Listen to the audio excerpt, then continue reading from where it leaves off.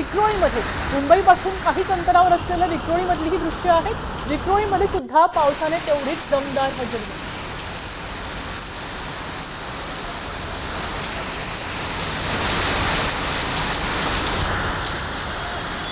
दृश्य आपण विक्रोळीची पाहतोय। रस्त्यावर पाणी साचायला सुरुवात झालेली आहे।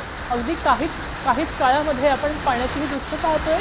पावसाची रिमझिम धार जरी असली तरी संततधार पाहायला मिळते। मोठ्या प्रमाणावर पाऊस कोसळतोय। छत्र्या घेऊनच तुम्ही बाहेर पडा। आजही घराच्या बाहेर पडत असाल, कोणत्या कामासाठी बाहेर पडत असाल तर छत्री आणि रेनकोट घेतल्याशिवाय बाहेर पडू नका असं मुंबईकरांना सांगणं आहे। मुंबईकरांना साम टीव्हीचं आवाहन आहे, बाहेर पडताना छत्री आणि रेनकोट शिवाय बाहेर पडू नका। अगदीच गरज असल्यासच बाहेर पडा।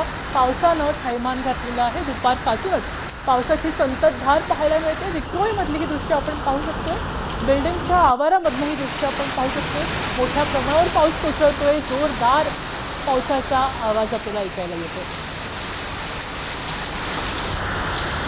मुंबईची उपनगरं आणि त्यानंतर नवी मुंबईकडे जाणारा काही भाग पावसानं व्यापलेला आहे। काळे ढग संपूर्णपणे आलेले आहेत मुंबईवर आणि मुंबईवर काळ्या ढगांचं सावट पुन्हा एकदा पाहायला मिळते।